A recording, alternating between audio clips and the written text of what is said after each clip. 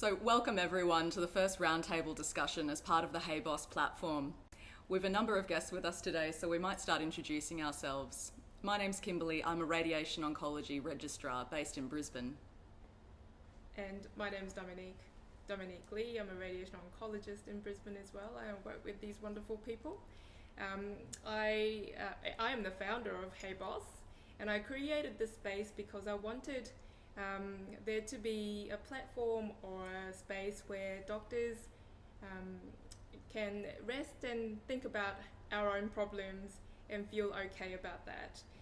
And we're allowing people to send in anonymous stories so we can discuss as well and help you problem solve also. And so there's a lot of we have a lot of dreams for this platform, and so let's see where we go. Okay, good. Hello everyone, my name is Masaki, also a radiation oncology registrar based in Brisbane. I work with Dom and Kimberly here, and I'm very happy and excited to be here. Thank you.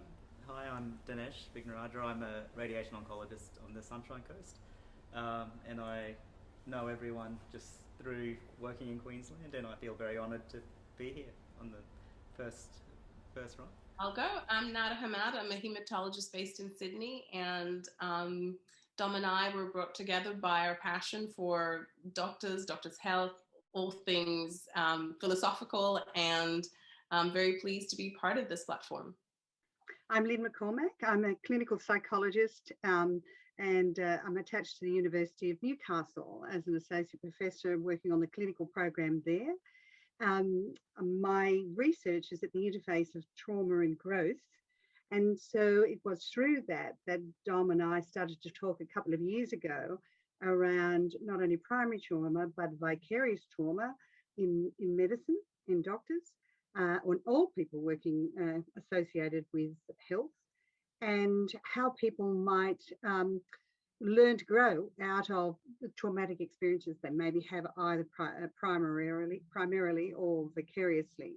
And I suppose I also am really keen to help in this space because I was once married to an obstetrician, so I know it from the vicarious side of being the spouse of someone who was in medicine.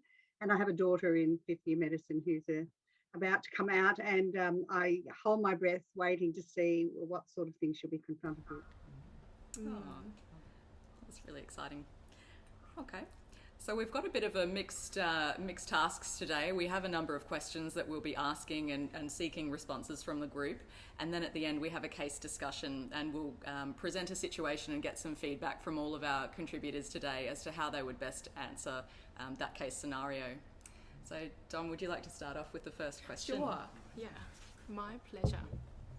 So, tell us about someone in your career who inspired you to pursue your current career path.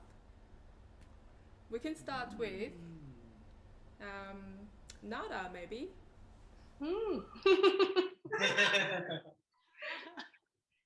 So someone who inspired me to pursue my career. I've always wanted to be a doctor, so that was a strange kind of internal desire. I still don't understand where that seed started from. But once I was in medicine, you become an intern, you become a resident, you become a registrar, and who informs your path is quite an interesting question. As a woman of color in Australia, I did not have people who looked like me that, could inspire me in the way that I would hope that I would inspire other women of color. But certainly there were moments where I thought, I don't want to be like that, and I want to be like that. And I had a negative experience about my own health when I had an injury, and it took a long time for me to recover from that injury. It derailed my basic physician training somewhat, and I immediately saw how someone who needs help in the system can create havoc in the system and becomes a problem for the system. And so empathy was not forthcoming. The language that was used to kind of steer me in a direction away from physician training was very confronting. And I found a home in a hematology rotation where another person of color, who was a male colleague, who was really not interested in how, I should be derailed. He just recognized some skill, some talent, and was very generous in the time he spent with me to talk to me about my career and what I wanted to do, even if it wasn't in hematology. And that instantly made me want to be a hematologist. I was like, well, clearly this is the right specialty. If they're this kind and this generous as a specialty, as people, these are probably my people. So I think, the people who inspire you may not necessarily be the positive influence. They may be the negative as well. But sometimes it's just an instant of kindness, of compassion that really can shape and direct one's path. That really resonates with me personally. So when I wrote this question, I was thinking to myself, I actually don't have someone or anyone who inspired me to do radiation oncology. It was quite the opposite. So when I left med school, I thought I'd pursue a career in orthopedics. Now, my parents discouraged me from doing that because they thought I'd probably leave stuff in patients and sew them up. And they were eventually really relieved when I decided not to pursue a surgical career. But for me, being an intern in orthopedics made me realize what a long battle and hard battle it would be for me as a woman, and also of sort of, I guess, Asian descent, to make it in this career where you are constantly trying to just be one of the boys. And so I was a bit disillusioned actually, and I left to do some volunteer work because I didn't know what else I was going to do with my life. This is all I wanted to do.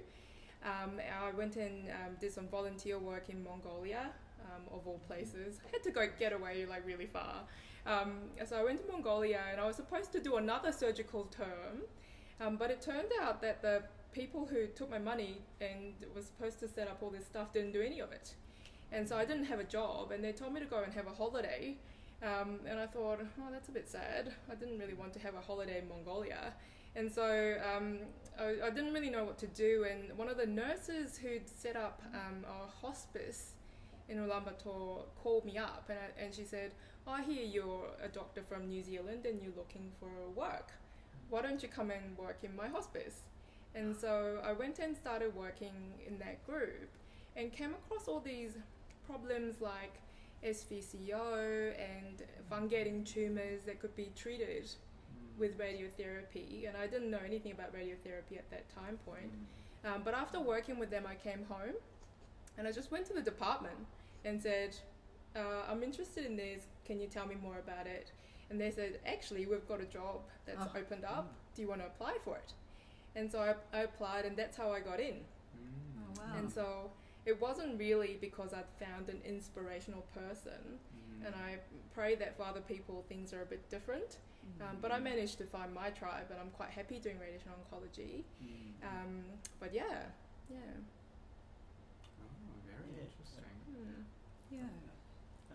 I think for me, I resonate from both sides. So coming into medicine itself, that's really all I knew because my parents were doctors, and I think my mum was my inspiration getting into medicine because she came through a time when, again, there weren't very many women in medicine, and that she was a very strong person and did a lot of things that helped the community in a small community, and that kind of inspired me at that point to get into medicine.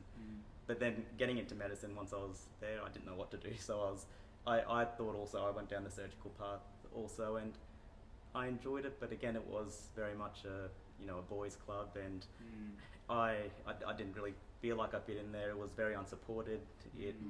I just didn't feel like that was the right fit for me. But then I started at the tumour boards. I started seeing these people who were actually very nice all the time, and who are these people? And started to get to know them. And there was one person who really just sort of took me under their wing and just said, "This is what we do. This is radiation. This is, how we start treating patients." And I think it was more the environment that led me into that area, because I was coming from a very unsupportive area to a area, even though I wasn't working in radiation, I felt very supported. It was a friendly group of people. And then, like what you were saying, Nada, it just felt like this is the kind of place I want to be in. Yeah. And it kind of just led me into that. It wasn't anything about the specialty itself I found interesting, but it was more the environment that led me there. So it kind of was just by chance, I think. If I didn't have that environment, I think I probably would have been drifting for a little bit longer too. Yeah. I think. Yeah. Oh, thanks for sharing that. Yeah. I think a lot of us would feel the same. I mean, this is Yeah. very heavy radio. Yeah. But people are generally nice in our specialty, so that's true. Yeah. How about you, Kimberly? I was just reflecting just generally. I think when it comes to, those different time points when you're picking your career, there's that point where you decide to become a doctor, and that's often, it's a vocational choice. It's very values driven. But then once you're a doctor, there's so many different paths that you can walk down in terms of specialty. And so for me, and I wonder if it's the same for other people, it was very much the task of being a doctor and that vocational role that got me through medical school in the first place. But then I found myself much more influenced by people once I was selecting a specialty from there. And it was the same as what you've spoken about. I had a very similar, I was doing surgery, hoping to get onto a surgical training program, and found some radiation oncologists and found that they were a lot more my speed. So I found my place amongst them. Yeah, but it's interesting how, maybe at different ages, we're a bit more, you want to start modelling yourself on other people once you're a bit further through your training. Or maybe there's, the flip side of that is perhaps for medical students it's a bit hard for them to find, mentors at that point, and they're so junior in their training. Yeah. It's interesting how it's people who pull us in to environments, and how important it is for us to be aware of that as we become more senior and experienced. And we see a lot of, I should stop saying we, because it's I keep seeing people who are just deeply unhappy as doctors because they're burnt out, they're not getting what they want, and they feel like they're not getting the level of support or appreciation. And then, when junior doctors are surrounded by these senior doctors, it's not a good environment to be fostering hope and moving your career forward. My experience is very, very similar to, I guess, everyone.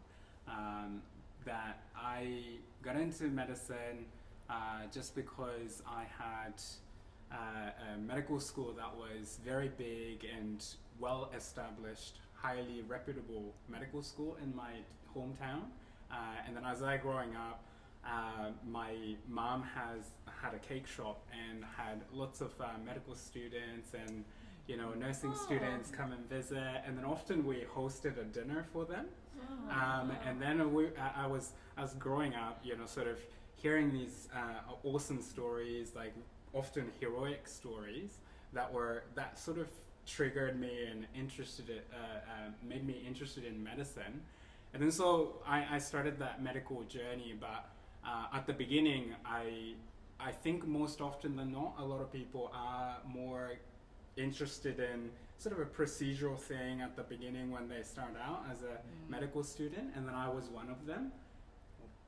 And but anyhow, so I was interested in general surgery initially, and then as an intern I had an opportunity to do a short radiology term that got me into thinking, there's quite a different personality and different group of people in medicine that attract, into a different specialty. And then, of course, at the time, I was also interested in anatomy and then like a more detail-orientated specialty. So then I thought that I would go into more of a radiology side of thing. And as a matter of fact, that year, I was doing mostly surgical term about 75% of the time.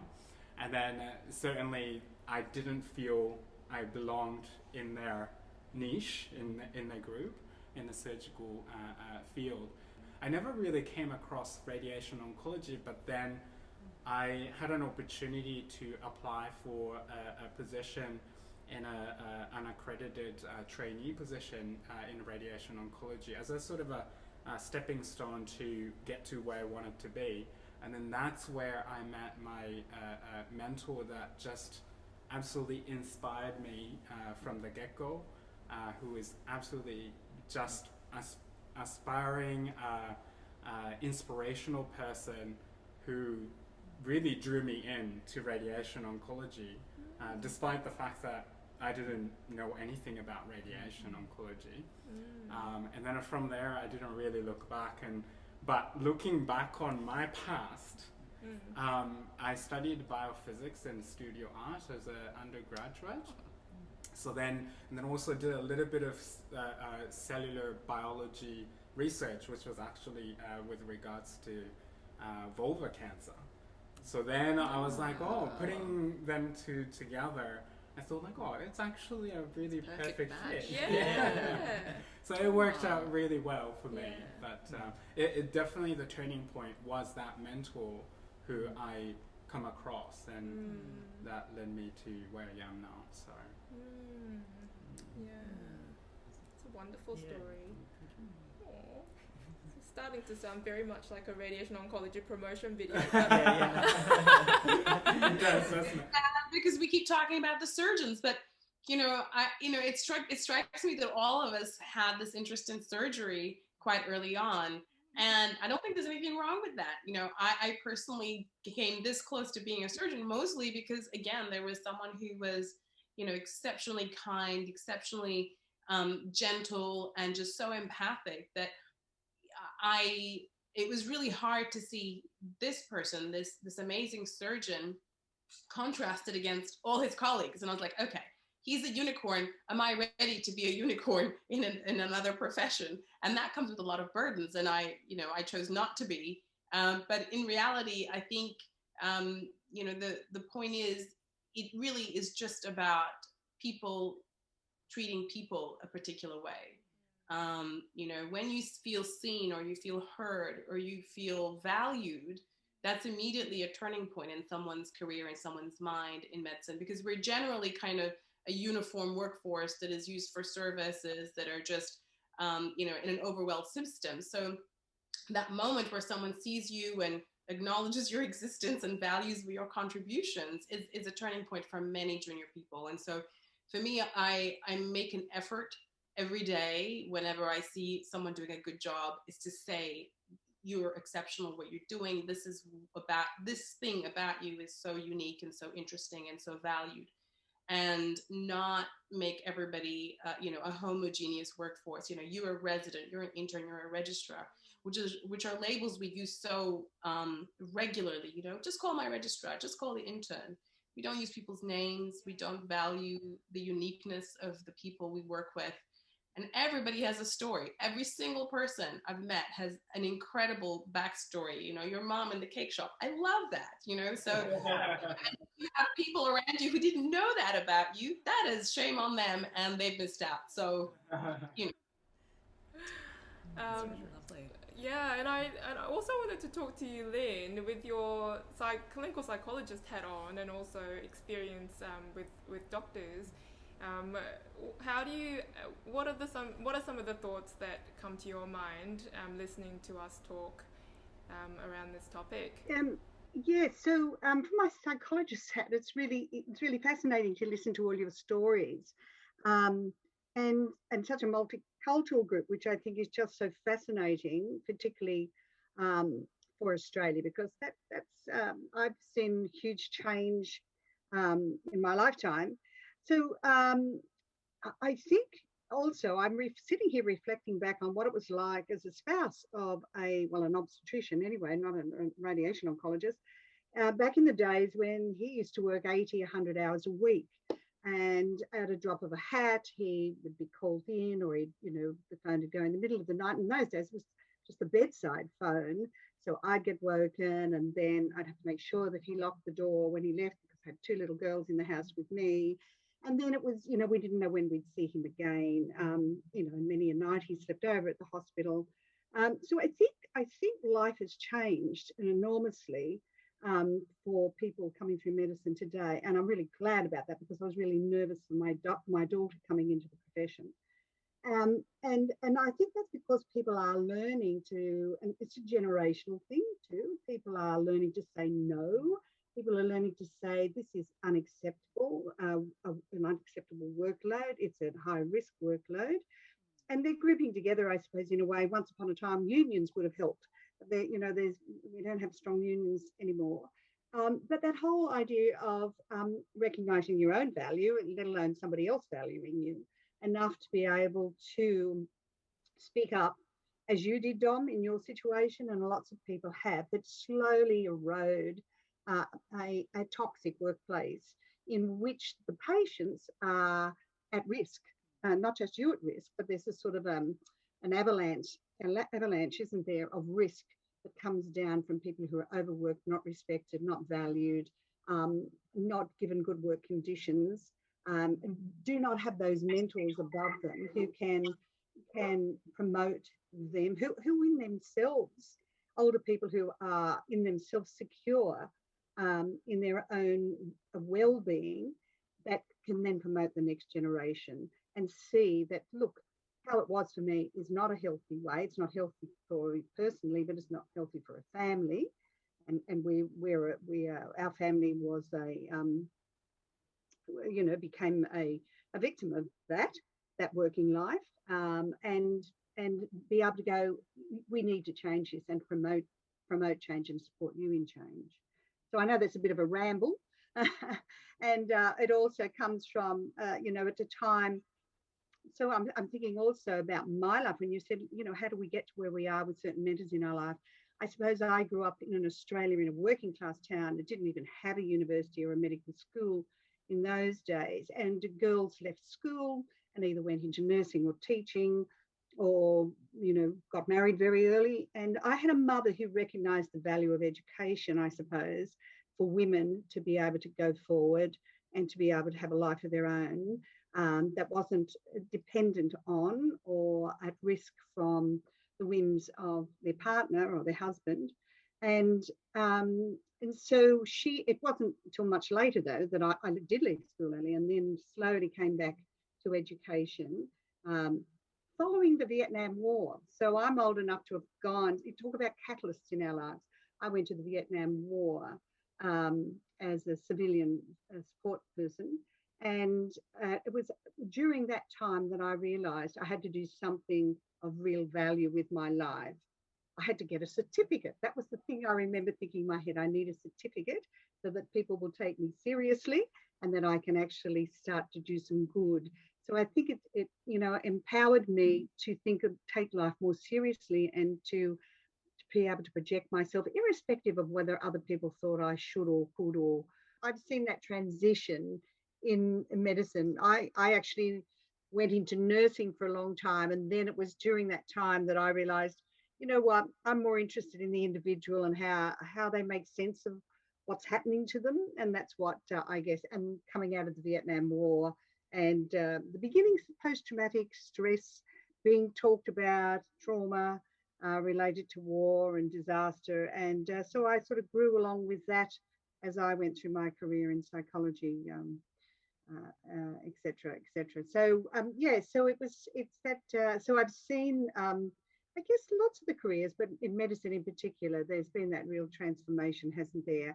And it's funny because I was speaking to my daughter's father, who still does locums as an obstetrician, and he said that nowadays the residents and registrars won't do the night duty in many country regions.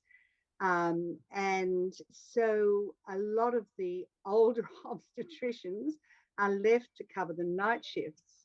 And they don't want to do it either because they're getting on in age.